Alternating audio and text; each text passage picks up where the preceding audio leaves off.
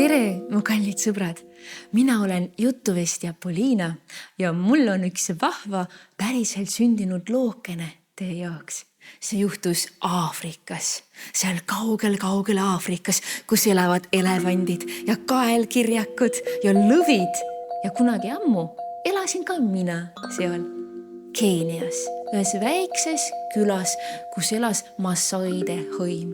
Ja seal ühes teises külas elas mu sõber, kes ka tegi seal oma tööd.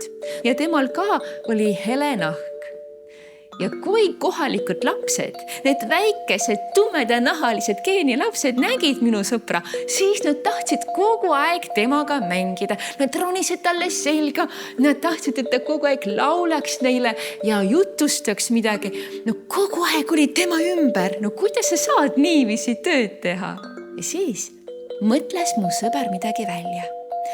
Ta võttis ühe korvi ja see oli suur korv ja ta pani sellesse korvisse kõige maitsvamaid ja paremaid puuvilju.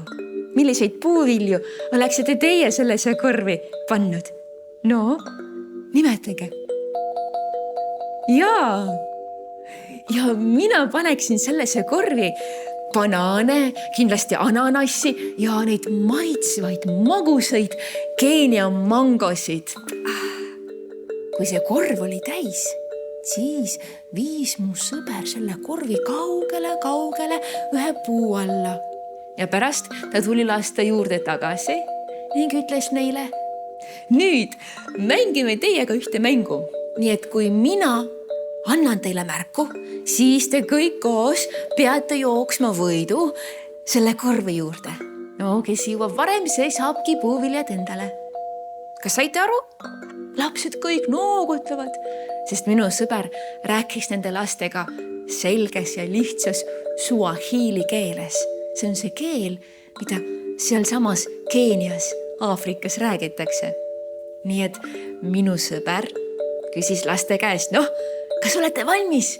Kõik lapsed noogutasid ja mu sõber andis neile märku. Nii, 1, 2, 3 ja läks! Kuid siis juhtus midagi sellist, mida minu sõber ei osanud ette arvatagi. Kõik lapsed, nad võtsid kätest kinni ja hakkasid jooksma selle korvi poole, kõik koos. Ja nii nad jõudsidki üheaegselt, kõik koos selle korvi juurde. Keegi ei jõudnud varem kui teine ja nad ootasid, millal väiksemad jõuavad järgi ka. Ja siis hakkasid lapsed puuvilju jagama ikka võrdselt. Minu sõber, tema unustas kõik ära, ta läks otse kohe laste juurde ja küsis, miks te seda tegite? Miks te tegite nii? Mina ütlesin ju teile selges ja lihtsas suahiili keeles, et teie peate nüüd võidu jooksma. Aga lapsed, nemad ütlesid ainult ühe sõna. Nad ütlesid Ubuntu. Ja Ubuntu, see on ka üks suahiili keelne sõna. See on terve mõiste. See tähendab, et mina olen sellepärast, et meie oleme. Või et kui poleks meid, siis poleks ka mind. Ja siis sai minu sõber aru millestki väga tähtsast. Tema sai aru, et meil pole vaja alati võistelda või võrrelda ennast teistega. Palju tähtsam on teha midagi üheskoos ja toetada teisi, sest üheskoos on ju palju toredam ja parem saavutada midagi suuremat. Ubuntu, mina olen sellepärast, et meie oleme.